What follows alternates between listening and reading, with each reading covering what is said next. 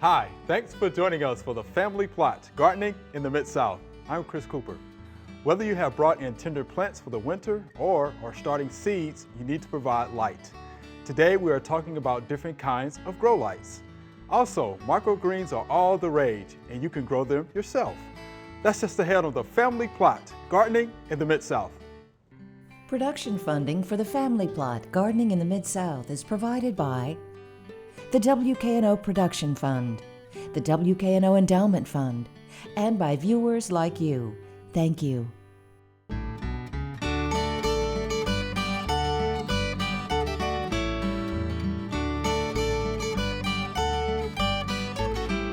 Welcome to the Family Plot. I'm Chris Cooper. Joining me today is Celeste Scott. Celeste is a UT Extension agent in Madison County, and Dr. Natalie Baumgartner will be joining us later.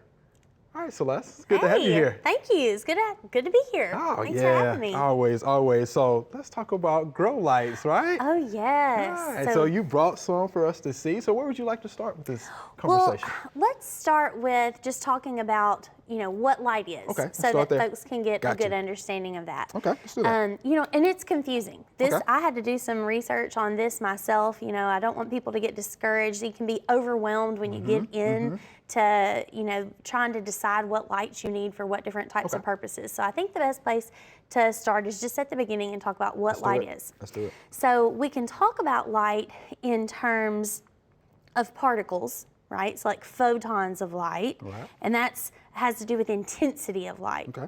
We could also talk about light in terms of waves, right? Which are measurable. We can measure those in a wavelength. So you may have heard that term before. And when we get into talking about measuring light in wavelengths, that has more to do with like quality of light. So some wavelengths of light are very available and usable by plants. Okay. Other wavelengths are not usable by plants. All right. So it's important to understand what that means. Plants are going to have different requirements of light, not only in intensity, but also in quality of light at different portions of their life cycle. So, what the lights that you might use for seed starting are going to look different from lights that you might need to sustain a plant through its entire, life cycle, through blooming, through fruiting. When you purchase lights, they're going to have lots of different numbers and all these different things on there. So try not to get distracted by all of that. Watts, I feel like wattage that's listed on lights, grow lights in general, can be very confusing to people. That doesn't have anything to do with the growth of the plant. Wattage has to do with how much electricity that bulb is going to pull out through the outlet. Okay. There's a really neat publication that I shared a link with you guys. Hopefully we're going to share that along with this episode. And it puts it into analogies of light filling up buckets, right? So think of a plant, for example, a plant that is a shade-loving plant would have a smaller light bucket than, say, a plant that would be a sun-loving plant. Their bucket's going to be larger, and those buckets need to be filled in order for that plant to grow and reach its productive capacity, okay?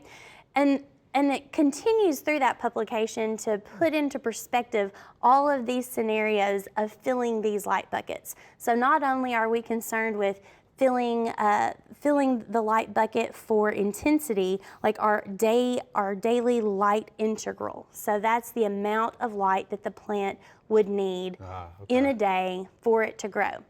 Now, depending on the quality of light, that portion of time could be less or more, right? If we're providing it wavelengths that are very usable by that plant, maybe you only need 5 hours of light exposure.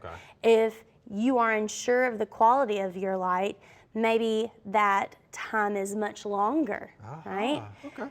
So what I use mostly in-house are lights for starting plants. Gotcha.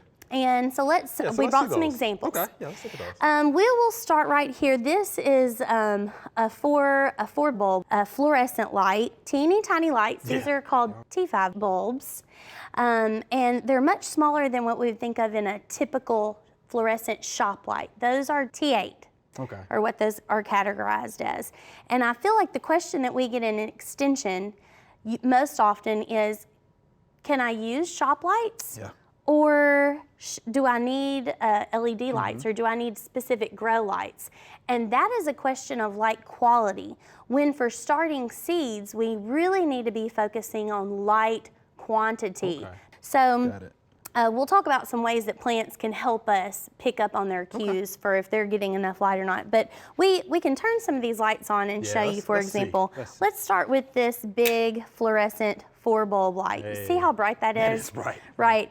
So we're going to be able to measure the intensity and quality in some cases with light meters. I did not bring a light meter today, but it's important to always use that light meter as an aid to help you see what kind of intensity, what kind of output that you're having with these lights. So a smaller scale version of this, because this is pretty huge, right? That's big. So you've got to have some room to use that. This is what I use for a little tabletop seed starting in my kitchen. It's the same type of bulb. It's a T8, and it's got reflective surfaces here, so that just helps reflect that light back down to the plants. And it comes on a little stand, so that's perfect for getting, that's perfect for putting a flat up underneath here and helping you get some lights going on there to get your plants going. This particular one comes with this stand. It holds it about 6 to 8 inches above the plants, and because that's what it's been rated at. So it has enough output that this doesn't have to be inches from the tops of plants. And this is what I use when I'm getting seedlings going right off the bat. Now, other options are LED lights. So here, I'll just leave it right here and turn it on so we can see it. So this LED light, you can kind of tell it's putting off like a purple cast, and that's because it is supplying multiple wavelengths of light. This is supplying blue wavelengths and red wavelengths. You're going to see this on a lot of your grow lights where they are providing specific spectrums of light that are most usable by plants. So this is another great option. The bulbs are super small, they don't use much electricity to run, and they put off very little radiant heat. So, you don't have to worry about the light burning your plants if you have it too close to the plants. That's good. A few other types of lights that we have here, and we would use these for a little bit of a different purpose here. These would be more for if you were trying to grow a plant to its full production. Look at that. Right, indoors with all artificial lighting. So this is the blue wavelength of light. I think that you can see that from here for vegetative production. And you also have the ability to swap on a red wavelength in there to get flowering. So that would help promote fruiting and flowering. So you're saying that the full development of the plant? Yes, this would be, a type of option that a person might be able to use indoors. If they were using, the plant was never going to be planted outside. Right. Gotcha. The first two that I showed, those are my favorites for seed starting. All right, seed starting. Seed starting, Good. right? They're providing high intensity. We're less concerned about the quality of light because it's all about the amount of light that's hitting those leaves there at the beginning. But once we get into growing that plant throughout its life cycle, it's going to need more spectrums of light, and so that's what this type of light is providing right here. This other light right here on this arm, I thought this is pretty cool. Yeah, that is cool. How about that? So that's pretty neat. And it has similar bulbs to the one that we just looked at here, but they promote this type of light, I think, mostly for helping overwinter plants. I know that I have, ferns and different things that I like to try to bring into my garage, overwinter them throughout the year. I don't have a greenhouse to put them in, and this just helps give them some light throughout those winter months. It's not a heat lamp. Yeah. I want to clarify, because Sure. this could be confusing and people could think I that can see that's what people could a think heat that. lamp. Yeah. We want to stay away from heat lamps. Heat lamps are not what we need for seed starting or plant growing. They are not providing that quality of light nor the intensity of light. So these were just a few of the different types of lights that we wanted to bring and share with y'all today, and talk about the different uses and how you might, use those for different types of plants. They're going to tell you if they're getting enough light or not. If they are not receiving the high enough intensity of light, the seedlings, they're going to elongate as they grow. They're going to stretch. Yeah. They're going to stretch towards light. I've seen that sometimes where I've tried to put too many seedling trays underneath a small light, maybe I only have one bulb, or I even have a fluorescent shop light that has 2 bulbs. Okay. Traditional shop lights would have 4 bulbs in them, and you can see them. They'll lean this way, and I'll flip the tray, and then the next day they kind of lean this way. So that can be a sign I really need, for that size tray, I need to put them under a ballast that has 4 bulbs under it. And so, just taking cues from your plants, monitor them every day, making sure that you're not getting leaf burn, are, a few of the things that you can do to kind of help you make good decisions about what types of plants and what types of light your plants are really going to find most useful. Celeste, this was good. Yeah, I like the buckets of light. So yeah, we're going to focus on quantity. Yes, for seed starting. Quantity of light is the most important. Measuring that intensity, those photons of light, which are measured in moles. Yeah. That's important to note. That. Okay. So when you're using your light meters, PAR, that's another term that you may run into. Okay. Photosynthetically active radiation. Look at you. Yeah, that's a big one. you. So That's we'll go with PAR Yeah, for short. let's do that. So you're gonna see bulbs with ratings for that, and so use that as your guide as well. Good deal, Celeste. So there's your science course, ladies and gentlemen. Thank you much, Celeste. We appreciate that. You're welcome. All right.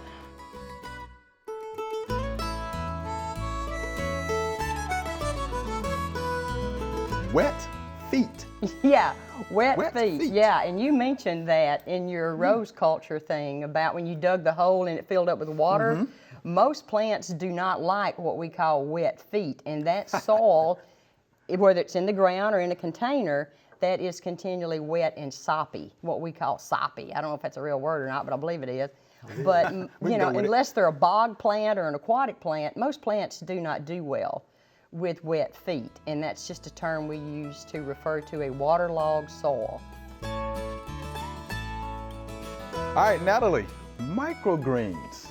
Okay, they're all the rage now. So what are they? Yeah, so what's the deal, right? Well, what's the deal? They are a great way to add both color and flavor and a little bit of novelty to all sorts of dishes. They can be used as a garnish on top of soups and salads, or they can be used as an entire salad all to themselves. Okay. Yeah, I see a couple of folks on the set, watching that pretty closely there. So they are a little bit tasty. dangerous to transport around the state. It's hard to keep them intact. Okay. Now, what crops can be grown as microgreens? Pretty much anything that has an edible leaf and stem. Okay. So some of the most common are cool season crops in the cabbage and broccoli family, Sure. so brassicas. I have cabbage, I have broccoli in here. There are a lot of herbs that are also commonly grown. Some of the highest value microgreens, the commercial growers grow basil, so that's one of the most common. Cilantro, some of the other herbs, and a lot of leafy crops like lettuce. I have amaranth here, so really a range. Okay. Even root crops. Yeah, I knew you were going to say pigweed when you said amaranth. Yeah. We eat it early though before we spread any seeds or anything. Yeah. Cousin of red root pigweed, right there. That's right. Yeah. So what media are you growing them in? I think the simplest way for beginners to grow is to use a soilless germination mix. So one of the great things about it is, of course, it's sterile. So it's very fine, and it holds moisture, it drains well, and one of the best things about it is a lot of time if you buy it, it'll have a slight fertilizer charge in it.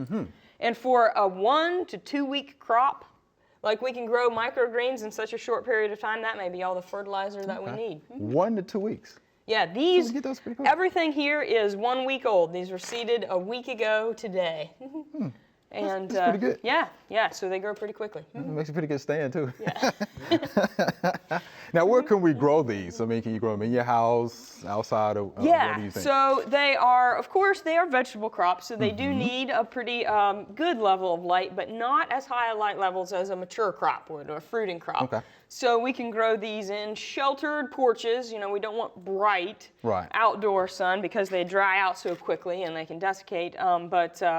But bright indoor spaces, I've grown them in the summertime, you know, in my living room that gets good light from the patio door, home greenhouses. So once we get into winter and the natural light levels are lower, we might need a little bit of extra light. But even a small fluorescent light over these guys in your house can grow them pretty well in the fall to wintertime. Okay, so let's talk about basic care.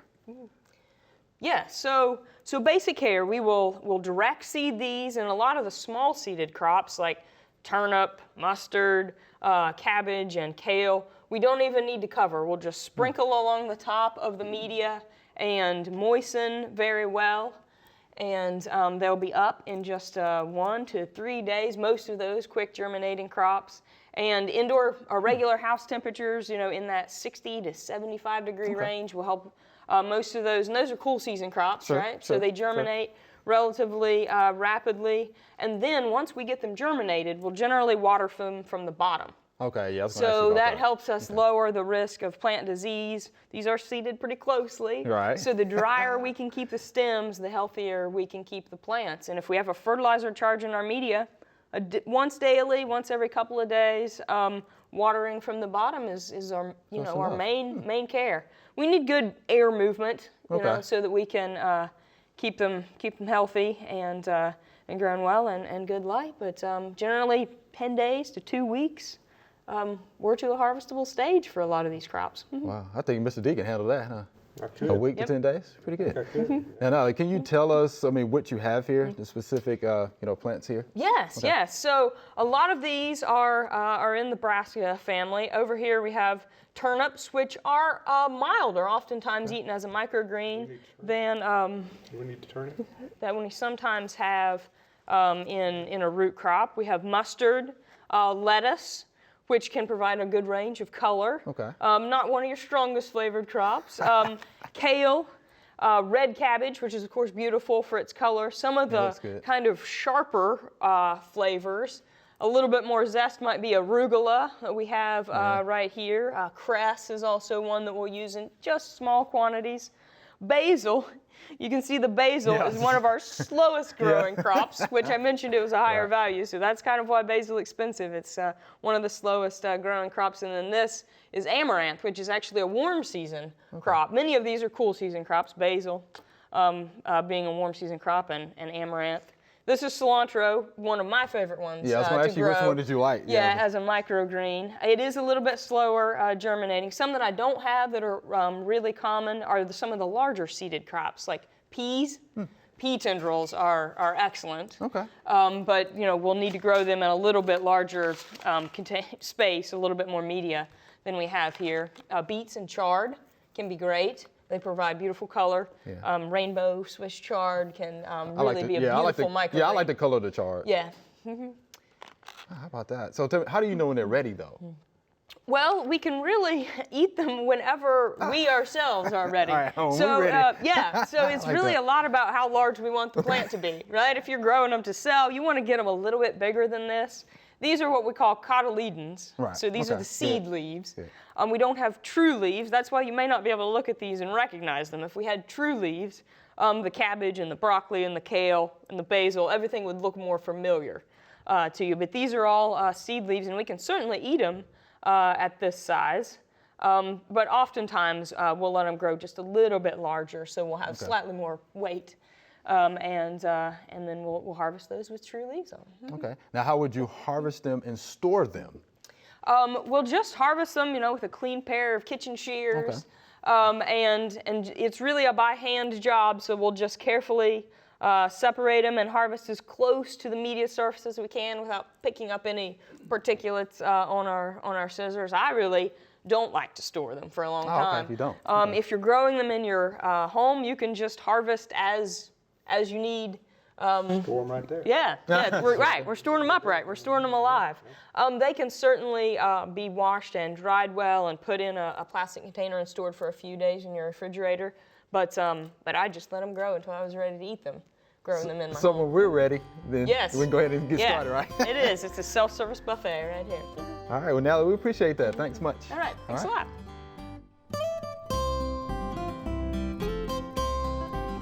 In agriculture, we have several different kinds of applicator tips for spray nozzles, and they all have different specific purposes. But for homeowners, what we're going to come into contact most often are these adjustable nozzles that are on 1 gallon pump-up sprayers and pump-up backpack sprayers. They have basically 2 different ways that you can spray them. You've got a steady stream if you open up your sprayer nozzle all the way, and this is what that would look like.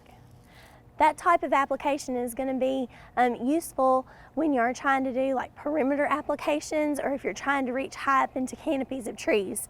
It's important for homeowners to know that a finer spray has finer droplets, and that actually provides better coverage. So if you're trying to get inside shrubbery and dense herbaceous plants, that's the type of spray you're going to want to use. And you can see how it covers a larger area, and it's a finer mist and a finer droplet, and that's what you want to use for adequate coverage. All right, here's our Q&A segment. Y'all ready? Yes, sir. All right, these are great questions. Here's our first via email. Oh, I think Natalie likes this one. Looking ahead to next year's vegetable garden, what are some flowers that I can add to our garden to encourage pollination? This is Harmon from Hickson, Tennessee, and Hickson, right outside of Chattanooga. yeah. So, Harmon, this is what I'm going to do. I'm just going to get out of the way, and we're going to let Natalie and Celeste just have at it. All right? Oh, yeah. Yeah. So not only pollination for your crops benefit, but maybe even some beneficial insect support. And I mean, it's not ugly on the side of your garden That's to true. have That's flowers, true. right? Yeah. So some of the things that would come to, like, you would have annual options. You would even have perennial options. You could think about, the bee balm, the even options that could be like cut flowers. Think about sunflowers. Some of the cover crops could be a benefit in certain periods of time. Your clover or something in the spring, buckwheat I tend to think of in the summer. So just generally speaking, flowers that are in the Asteraceae family are very attractive. Wow, did you hear that? To lots of, I know, well, are very attractive to a number of bee pollinators, not only honeybees, but native bees, bumblebees. So, including that, and that is a wide range of flowers, some things that you might not even consider. But think of like open face flowers, sunflowers would fall into that category, obviously asters, and the list goes on and on. I mean, even yarrows and many of our perennial plants would fall into those categories. So just in general terms of what types of plants would bring those in, that would be a good family of plants to look into. Yeah, and then I would think about things like establishment. Are we talking about a perennial bed that is alongside a garden area, or are we talking about things that we would want to direct seed at a similar time frame Right. of our garden? Right. So zinnias are always really beautiful, and everybody, not everybody, lots of people want to have a row of zinnias out there with their flowers, and they do bring in butterflies, later in the season, but I don't know that they would be like super excellent at intentionally bringing in pollinators for your other crops. Does that make Yeah. sense? Some it of does. some of the It does. herbs That's good. might be options. Oh yes, Oh, yeah. yes. Yeah, All, the herbs. nearly all of the Yeah. herbs fall in the Dill and things like Asteraceae that. Yeah, family. okay. Yes, Yeah. yes, for about sure. Mints, they love those blooms. How about that? All right, Harmon, they can go on and on and on. I'll just jump back in here and we say, won't. that was good. No, that was good. So thank you for that question, Harmon. And yeah, you can go to your local extension office there. Yeah, they would have some publications for you. Or how about uthort.com? Could check be it an out. option as well For for you, sure. Harmon. All right, so yeah, check that out. Thank you for that question. Here's our next via email. Interesting. I was told squash bugs and vine borers overwinter in the soil. Would it help to till the garden during freezing weather. And this is Craig from Jonesboro, Tennessee. So that's what you think about that. Yeah. So squash bugs and vine borers overwinter in the soil. So tilling? So for sure the vine borers are probably likely going to be in those, top inches of the soil. So I could see how tilling, could help with that situation, possibly. Yeah, I can see that because you can bring those pupa from the top and expose them to the elements and to birds. Yes. Yeah, so I can see that. And but the squash bugs, I have a feeling that they're probably overwintering in just like neighboring weedy areas. Maybe hard to sanitize quite enough. Yeah, I completely agree with that. One thing that I would say is think about the timing of the tilling in the sense that good sanitation in the fall, maybe tilling before you put in a cover crop. But I would not necessarily suggest going in when the soil is cold and moist. Moist, Essentially. Exactly. Yeah. That's exactly what I was That thinking. we want to make sure that we're not doing tillage when there's too much moisture and we're going to add to compaction. No, that's good. I was definitely thinking that because he was talking about during freezing weather, and of course, it's going to be a lot of moisture during that time. But yeah, squash bugs and vine borers are so tough. Aren't they? They are so You just got to be on top of that IPM out there scouting for them. Multifaceted. Yeah, definitely got to do that. You might have to stagger the planting dates and things like that. Yeah. So, To help avoid Screens maybe That's what I tell early people. for the vine early and borers. late. yeah, so you might have to do that. So, hey, Craig, it's a good question. Got your work cut out for you. Be careful out there tilling and that ground is moist. All right, so Natalie, so that's so much fun. So much fun. Thank y'all much for being here today. Remember, we love to hear from you. Send us an email or letter. The email address is familyplot@wkno.org, and the mailing address is Family Plot, 7151 Cherry Farms Road, Cordova, Tennessee 38016. Or you can go online to familyplotgarden.com. That's all we have time for today. Thanks for watching. If you want to learn more about anything we talked about on today's show, head on over to familyplotgarden.com. We have tons of information on all sorts of gardening topics. Be sure to join us next week for the Family Plot, Gardening in the Mid-South. Be safe.